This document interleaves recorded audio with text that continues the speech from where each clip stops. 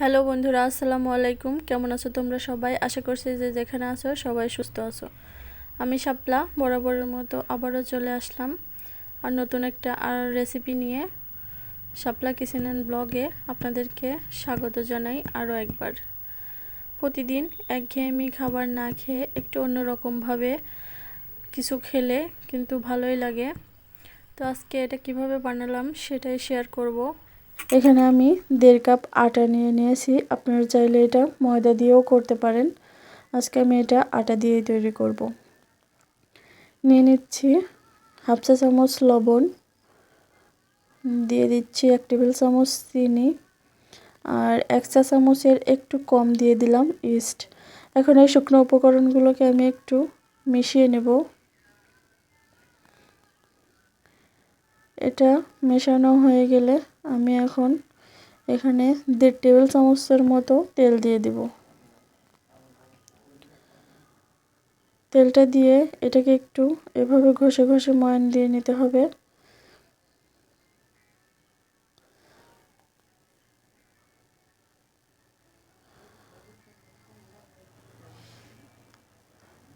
তারপর এখন আমি অল্প অল্প কুসুম গরম পানি দিয়ে এটাকে একটা সফট ডো তৈরি করে নেব।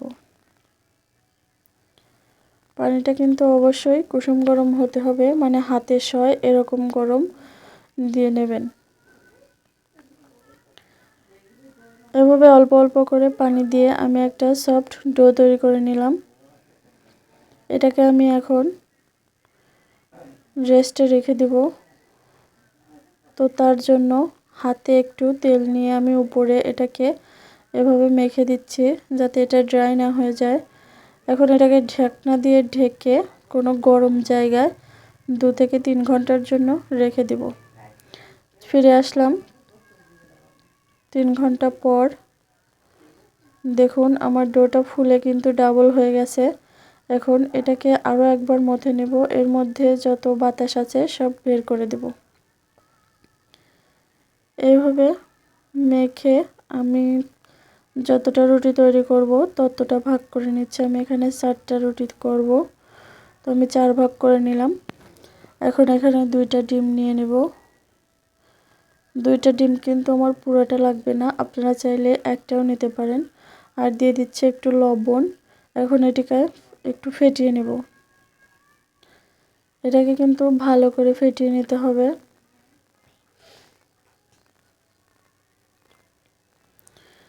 এটা ফেটানো হয়ে গেলে আমি রুটিগুলো তৈরি করে নেব। রুটি কিন্তু একেবারে পাতলা করা যাবে না, একটু মোটা করে রুটিটা বানাতে হবে। তো আমি এভাবে সবকটা রুটি তৈরি করে নেব।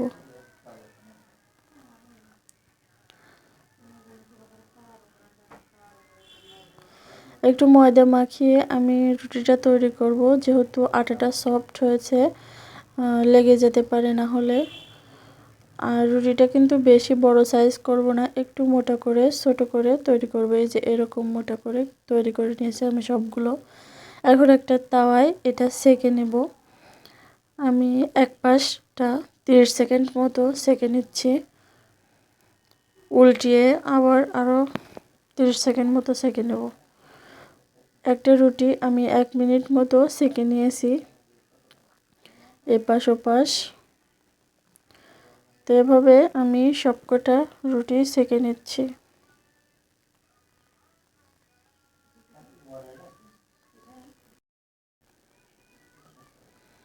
আমি আরও একটা সেঁকে দেখিয়ে দিচ্ছি।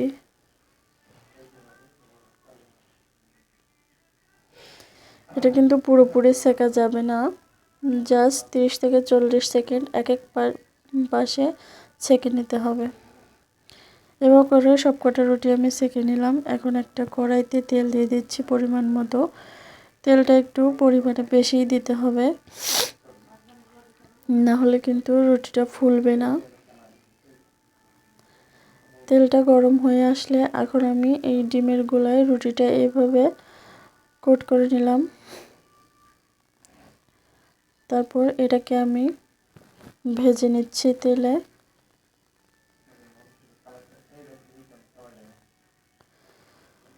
এটাকে একটু এভাবে চাপ দিলে কিন্তু ফুলে আসবে, এই যে দেখুন।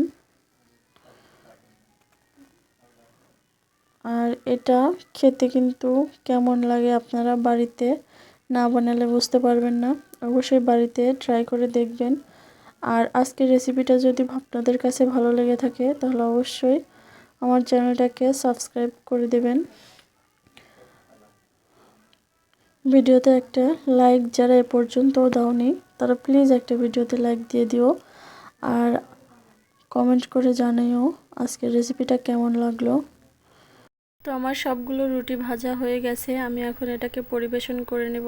তার জন্য এখানে দিয়ে দিলাম গাজর কুচি আর শসা কুচি, কিছু ধনিয়া পাতা দিয়ে দিলাম, আর উপর থেকে একটু সস দিয়ে দিলাম।